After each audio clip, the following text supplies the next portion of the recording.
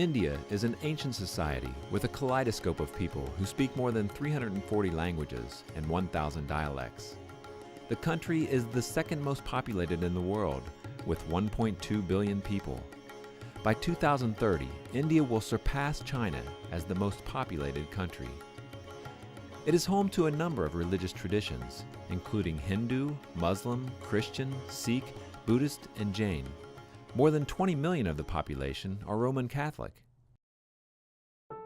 One fact about India stands above all the rest. It is home to 1/3 of the poorest people on the planet.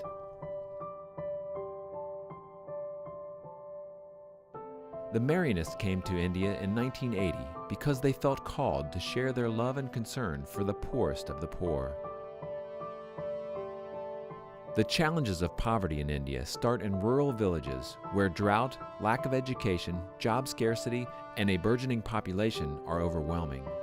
Stories of a better life in the city lure young people to leave their villages to find work in the big cities of Mumbai, Delhi, and Bangalore. But with little education, no job skills, and no family to watch out for them, city life is dangerous, and the slums, where most end up, are unimaginable. What happens with people when they move to the city, they don't have an education and they don't have any skill. And so they migrate to these slum areas, and for some of them, they become what they call rag pickers there. And it's kind of a derogatory term, but it's people who pick through the garbage.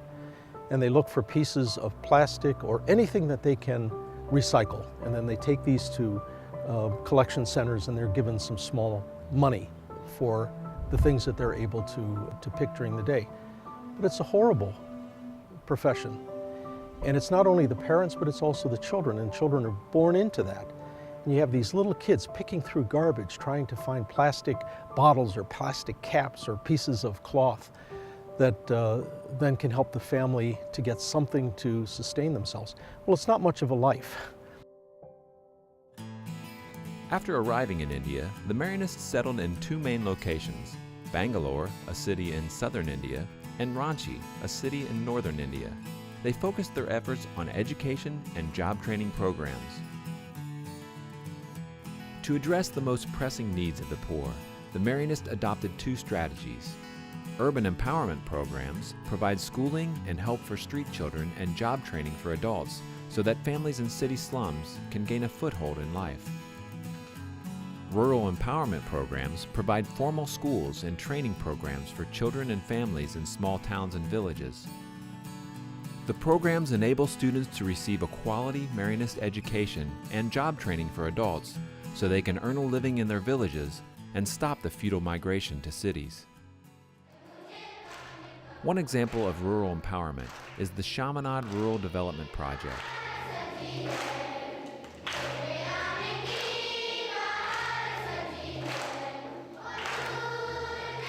Well, the Chaminade Rural Development Project is a project that is centered in a place called Binda. It's a very poor rural area, and several components to it. We have a primary school. Primary school was there for many, many years, and it was a series of ramshackle buildings. The brothers, in the last number of years, have been able to build a really very fine facility, and children there, I believe, run K through 6 or 7 now. So we're dealing with the young children. Those kids also get a hot meal every day, and they've just recently begun a hostel facility so that children don't have to trek in from the rural areas every day. To empower the villagers of Binda to become self-sufficient, the Marianists started job training aimed at helping young women.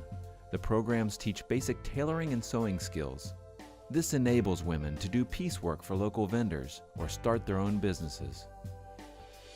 The Marianists also started self-help groups to teach villagers about saving money and starting businesses. They recently opened a lab to teach basic computer skills. The Rural Development Project touches the lives of more than 21,000 people. The Marianists started working in the slums of Bangalore in 1992 and in Ranchi in 1997 through REDS, an urban empowerment program with drop-in centers designed to help street children. We bring them into the centers and they can come for a day or 2 days or 3 days and they find out this is safe. They are taught games, they're taught dance, they're taught songs, things that every kid ought to have in his life where these kids didn't ever have this. So they're taught to play, number one, but they're also taught basic English, basic math, they get health care. Sanitation is very important with these kids, to wash their hands, for example, not to drink water that's not boiled. All these types of things, we teach them where they live, and gradually they come to us and they come to stay. And they come to stay in these red centers. Then we work very hard at getting them an education and getting them into formal education. To further help children, the Marianists realized they needed to address the needs of the whole family, especially mothers. When you educate or empower a mother, you're also empowering the whole family. That's not to say the men are not important, but mothers have a special role to play. To help mothers and children, Marianists started play schools and daycare centers. They launched tutoring and after-school programs for students so they can study and receive a hot meal. Today, these programs serve more than 3,000 children. The Marianists also began offering training programs for women to learn tailoring, embroidery, machine knitting, and computer basics, as well as classes in family health and wellness. One of the most effective things they have done is help women organize self-help groups, a form of microfinancing, which enable women to manage and save their income. They now run more than 40 self-help groups in the slums of India. Despite these efforts, thousands of children, especially young adolescents, were left on their own. To address the needs of adolescent boys, the Marianists operate skills training centers that provide a safe environment away from street life, where they can learn a trade, such as welding, plumbing, electrical applications, carpentry, tailoring, and computer basics. Besides training, we try to give them, create an atmosphere like their own family. That's the main thing. We are not just focused on their skill aspect of life. We are more interested about the whole human development, the personality development as well. You know, one of the things that is very difficult for people who are poor is a sense of self-worth and a sense of respect. When a young person can succeed in school, when a teenager can succeed at some kind of job skill training, that really boosts the self-confidence. That probably, as much as anything, is what real development. It's about development of the person. Today, more than 100 Indian Marianist brothers and priests partner with the poor in these programs. The results are impressive. It's exciting. I can tell you the story, a number of kids who came to the Red Centers in Ranchi or in Bangalore and who actually now have a full-time job, raising their own families, raising their own kids. And it's a beautiful thing to see because we really, really understand how our efforts are paying off.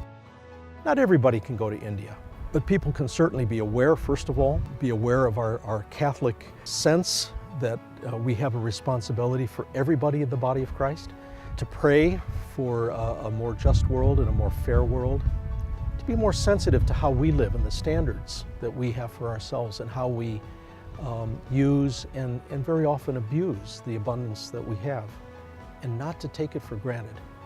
And then to be generous. I have found people have been extraordinarily generous, and people there know that, and they really appreciate. And all I can say is a little bit goes a long way.